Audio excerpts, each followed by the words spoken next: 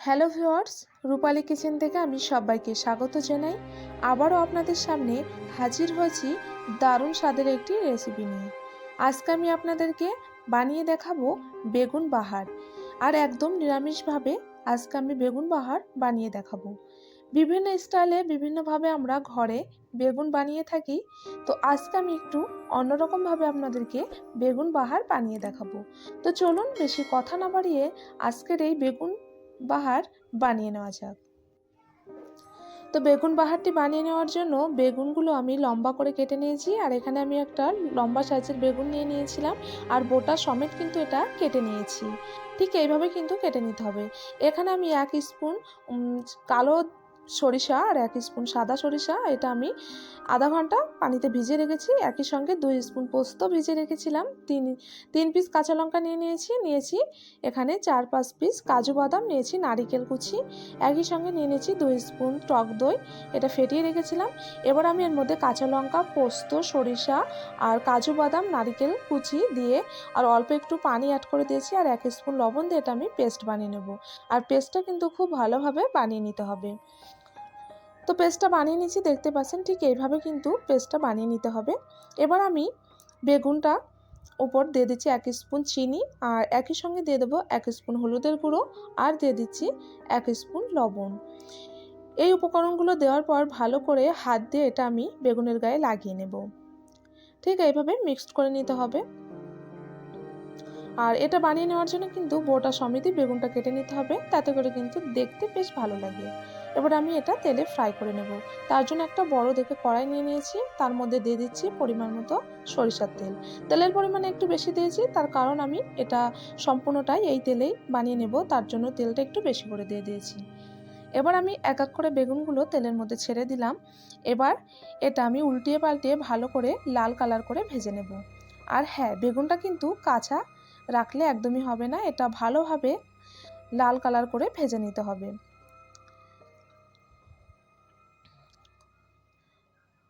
তো এটা আমি ভালোভাবে উল্টিয়ে পাল্টিয়ে ভেজে নেব।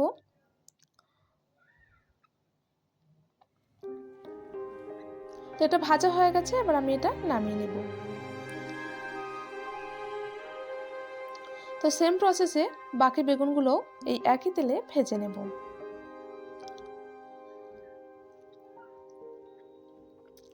তো সব বেগুনগুলো ভাজা হয়ে গেছে। এই একই তেলে দিয়ে দিচ্ছি 1 স্পুন কালো জিরা, আর দিয়ে দিলাম 1 স্পুন গোটা মৌরি। এবার দিয়ে দিচ্ছি 1 স্পুন কাশ্মীরি লঙ্কা, আর দিয়ে দেবো 1 স্পুন হলুদের গুঁড়ো। গ্যাসের ফ্লেম লো টু মিডিয়াম রাখতে হবে এই পর্যায়ে। এবার আমি মশলাটা যাতে না পুড়ে যায় তার জন্য অল্প একটু পানি অ্যাড করে দিলাম। এবার আমি যে পেস্টটা বানিয়ে রেখেছিলাম সেটা এবার দিয়ে দেব। এবারে পেস্টটা দেওয়ার পর ভালো করে কিন্তু এটা নাড়ে চাড়িয়ে ভেজে নিতে হবে, তা না হলে মশলার যে কাঁচা গন্ধটা সেটা রয়ে যাবে। তার জন্য এইভাবে গ্যাসের ফ্লেম লো টু মিডিয়াম রেখে ভালো করে ভেজে নিতে হবে।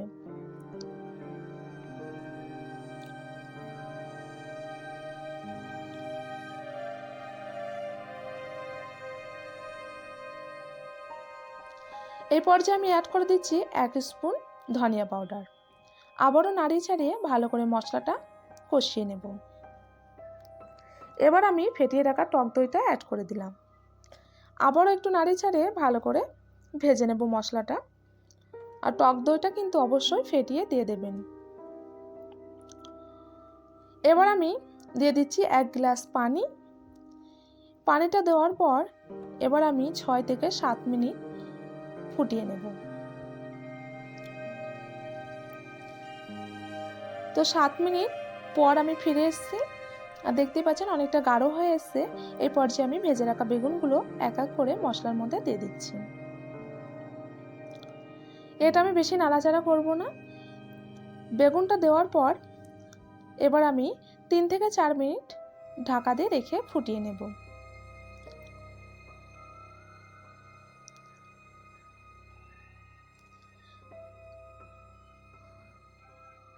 তো 4 মিনিট পর ফিরে এসেছি, আর দেখতে পাচ্ছেন এটা আরও অনেকটা গাঢ় হয়ে এসছে।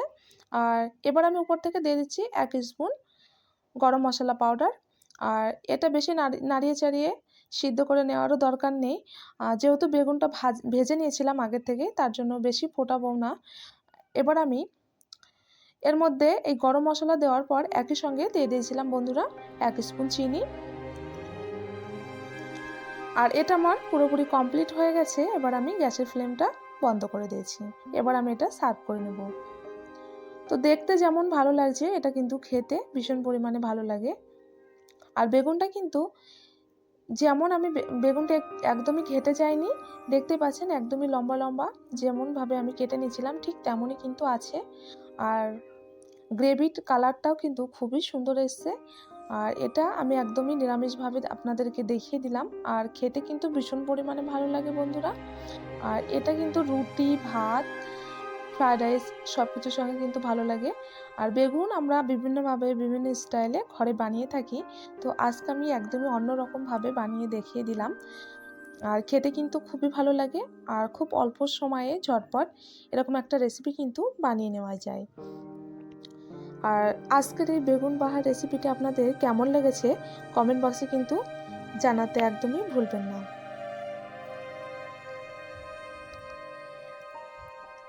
আর খুব কম সময়ের মধ্যেই এই বেগুন রেসিপিটি কিন্তু বানিয়ে নেওয়া যায়। আর আজকের এই বেগুন বাহার রেসিপিটি আপনাদের কেমন লেগেছে কমেন্ট বক্সে কিন্তু অবশ্যই জানিয়ে দেবেন। আর আমি একটা প্লেটের মধ্যে এক পিস নিয়ে আপনাদেরকে কেটে দেখিয়ে দিচ্ছি এটা কতটা সুন্দর হয়েছে। আর গ্রেভি কালারটা কিন্তু ভীষণ ভালো এসছে। তো আমি একটু টেস্ট করে নিয়েছিলাম, খেতে খুবই ভালো লেগেছে। অবশ্যই কিন্তু এইভাবে ট্রাই করবেন, দেখবেন সবাই বেশ ভালো বলবে। আর আমার চ্যানেলটি এখনও যারা সাবস্ক্রাইব করেননি প্লিজ সাবস্ক্রাইব করে দেবেন। তো আজকের মতো বিদায় নিচ্ছি, দেখা হচ্ছে নতুন একটি রেসিপি নিয়ে। ধন্যবাদ।